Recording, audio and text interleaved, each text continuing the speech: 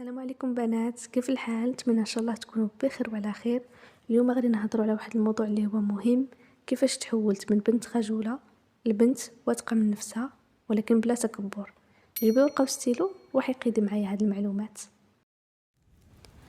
كنت ديك البنت اللي كتجلس في التالي نتاع القسم، الصوت نتاعي ما مسموعش وكنخاف نشارك الراي ديالي ويضحكوا عليا.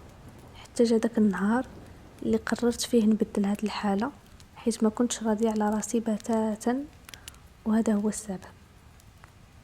واحد النهار الاستاذ طلب مني نعطي رايي في واحد الموضوع وما جاوبتش، وانا نسمع شي بنات كيجلسوا من ورايا كيقولوا هذه ديما بحال هكا، يمكن ما عندها كاع ما تقول، بواحد الطريقه اللي ساخره. بقاو كيضحكوا.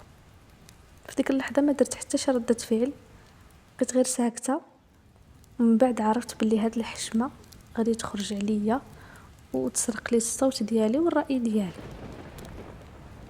ريحت مع راسي وقلت اول حاجه غادي نديرها هي نحبس المقارنه، ما نقارنش راسي مع شي حد، نكون نسخه مني، نسخه احسن مني، وما نبقاش حاضيه غير الناس شنو داروا ونحقر راسي قدامهم. وبديت نهضر شويه قدام الناس، واخا غير العائله ديالي حيت هما اللي بديت بيهم، باش نتعود نعطي الراي ديالي ونعبر بكل حريه. وعرفت شنو هو الفرق بين الثقه وبين التكبر، حيث الثقه هي تعطي الراي ديالك براسك مرفوع بلا ما تنقصي من قيمه حتى شي حد، والتكبر راه العكس، غادي تنقصي من قيمه الناس كاملين ويبقى بالك راسك انت راكي فوقهم كاملين، وهذا الشيء انا ما بغيتوش في حياتي. تعلمت نوقف مستقيمه ونشوف في عينين الناس ملي نهضر معاهم، ونسمح لراسي نخطأ، حيت الخطأ راه جزء من الحياه وماشي نهايه العالم الا غلطت.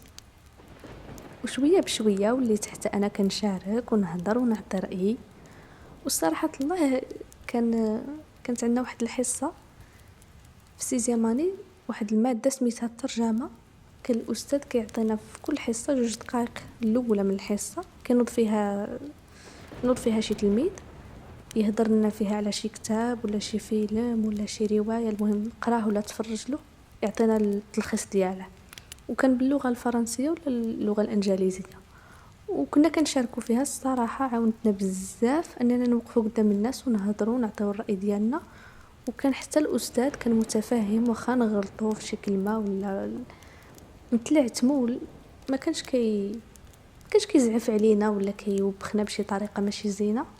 كانت صراحه الله كانت ماده جميله جدا، عاونتنا بزاف اننا نعطيو الراي ديالنا. وفي الاخير فهمت ان الثقه ماشي هي نكون قاسيه ولا متكبره، الثقه هي نبقى انا ولكن نوقف على رجلي ونهضر بلا خوف، ونعطي راسي فرصه بلا ما ندفن الراي ديالي والصوت ديالي، ونقدر نكون بنت هاديه ولكن ماشي مهمشه. ويمكن هذا هو اجمل قرار اتخذته لنفسي. كوني طيبه هادئه قويه وما تسكتيش على حقك.